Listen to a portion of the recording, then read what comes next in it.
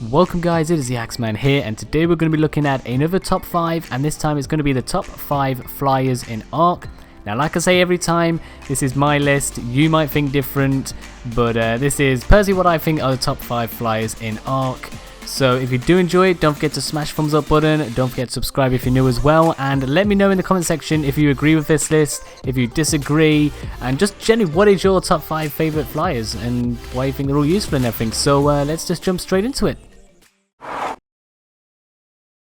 Okay, so kicking off at number 5, we are going for the Pteranodon. Now this is kind of an early game flyer. It's level 38 for a saddle, so it's still early game-ish. They're easy to tame, just get a bowler when it's landed, a couple of tranks to the head, and you should be good to go.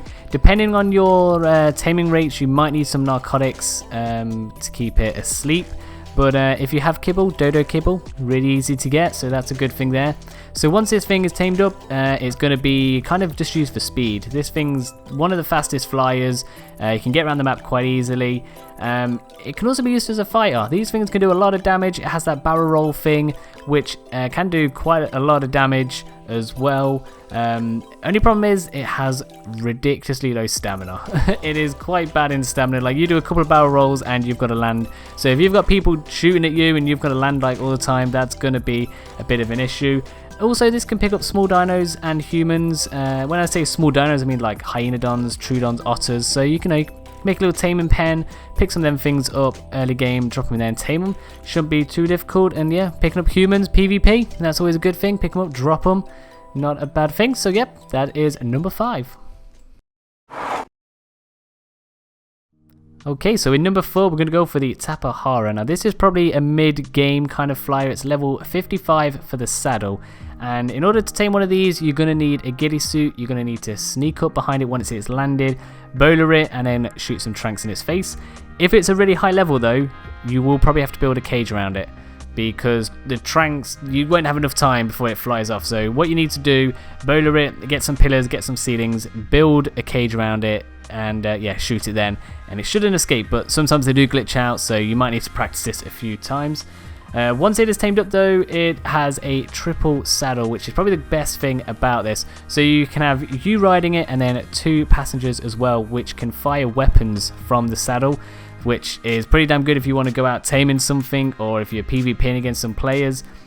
Also, it has like multiple movement directions, so it can go forward, backwards, left, right, and it can just move around the sky really well, like compared to like wyverns and stuff that, you know, move like a bus.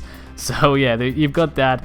It has decent weight, the speed's not too bad as well, and the stamina is pretty good as well. So you can use this to carry metal from, you know, mountains back to your base and stuff. It's not slow, it's not like an Archie where it takes, you know, your whole day to get from one side of the map to the other. And like I said, yeah, stamina's not too bad as well. It could be better, but I think it's half decent. It's not too bad. So yeah, that's the reason this one is in number 4. Okay, in number 3, we are going for the Griffin. Now, this creature can only be found in Ragnarok. Unless you've got mods, then it can be found on others. But yeah, Ragnarok is where this is found. Now, the reason this is in number 3 is mainly because once you've tamed it, you don't need a saddle to ride it, which like saves so much resources and stuff. So they're not that hard to tame either. What you need to do is you need to build a cage. On Ragnarok they're on like top of the mountains and stuff, so build a like a cage pen thing. There's loads of tutorials on YouTube on how to do it. Use a Pteranodon or even another Griffin or something, but Pteranodon's really good. Fly through the cage, shut the door behind you, and then you can trank it out. These things do take a little bit of time to trank out, so make sure you got enough arrows or trank darts with you. Once it's down though, just feed it some mutton. Like I said, Ragnarok's got loads of sheep on there. Go and get some mutton, feed it, it'll be up in no time. And yeah, like I said, no saddle again, so once it's up, you're good to go. You can go and do your things. So the main reason for having a Griffin is the speed. It has this kind of diving movement thing where it picks up so much speed and is like absolutely amazing. You can get around the map so fast. You're also able to use the speed to ground pound the floor, which does I think it's between 10 and 15 times your base damage, which is insane. Then you can also pick up players as well. That's always a good thing. Pick players off the back of other creatures and stuff. You can pick up small dinos. When I say small dinos, I think it's the same as a Pteranodon. So it's like dodos, troodons, hyenodons, stuff like that. Also, this can have 2 players riding it as well, which is actually really handy. I really like that it can do that. And my favorite reason for getting this is because of the speed. It is really easy to get wyvern eggs. Like on Ragnarok, obviously there's wyverns on there. You can use these griffins to get wyvern eggs, no problem. It is super easy to do because you can just get away from them so quickly. It's that easy. So yep, that's why this one is at number 3. Okay, so in number 2, just missing out on the top spot is the wyvern. Now there's 4 types of wyverns. You have the fire, the lightning, the poison, and the new ice one. Everyone has the different preferences on which one they like. They all have different abilities in the breath. So you got the fire one, which will obviously set things on fire and damage them over time. You have the poison one, which will knock out players on the back of the creature. You have the lightning, which drains the stamina, which is my favorite. And then you have the ice one, which will slow the creature down. So obviously everyone has their different preferences on which one they prefer in that.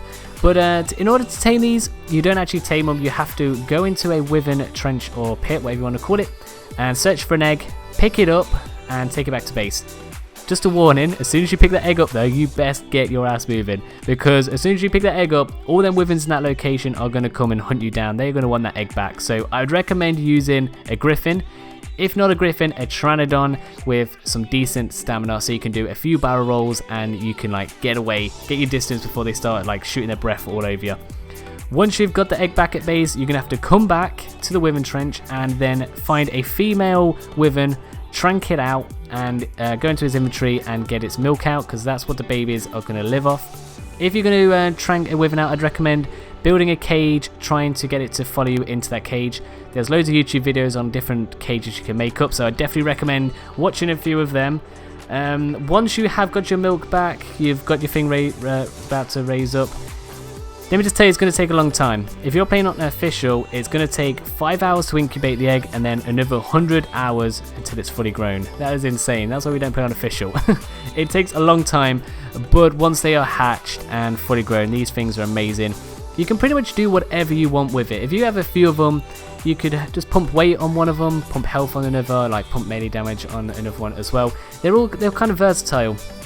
If you just pump weight on them, you can use these to carry metal to and from base. If you pump health, you can use it to help in raids as kind of a tank. Melee damage, go out and kill things really easy. It's really up to you what you want to use these for. These guys are pretty damn amazing. They can pick up, I think, small to medium dinos. They kind of draw it at some of the large ones, like it can't pick a mammoth up. But there is a lot of stuff it can pick up. Maneuverability though is a big issue. They have a turning radius of a bus and it is pretty insane. You kind of need to learn how to deal with that because it can be quite tricky when you first get on them. But yeah, it's a good all-rounder. You can, like I said, pump whatever you want on it and get whatever type of wyvern you want. So that is the reason it is in number 2. Okay, so in first place, in number 1, we're going for the QUETZAL. Now, this is an end game kind of tame. There's a reason for that though, because this guy is really, really good. It can have a platform saddle on the back of it, which means you can essentially have a massive air base, which is amazing. To actually get the normal saddle, you need to be at level 76, and then the platform saddle is level 97. So that's like proper end game stuff. They are really hard to tame, or they can be if you're on the solo anyway. There's not many of them on the map, and they kind of are high up as well, so you're going to have to fly around and have a look for them. There are ways to do it solo though. You can, you know, follow it when it lands or gets to the top of a mountain, shoot it a few times, but then you're going to have to chase it and hope it gets to another mountain. You could go on the Tapahara, follow it, change seats, shoot it from there. You can use the RG and the Scorpion method, which is where you have an RG, pick a Scorpion up and let the Scorpion attack it until it tranks it out. So there's a few ways to do it. Otherwise, hopefully you've got someone else, a friend or a buddy of yours who has a Quetzal. You know, get on the back of that, shoot a Quetzal, it shouldn't be too bad. Now there is a glitch that I believe still in the game, or they might have took it out now, but there's this 50-50 glitch where as soon as you started tranking out a Quetzal, it would start flying towards the center of the map on 50-50.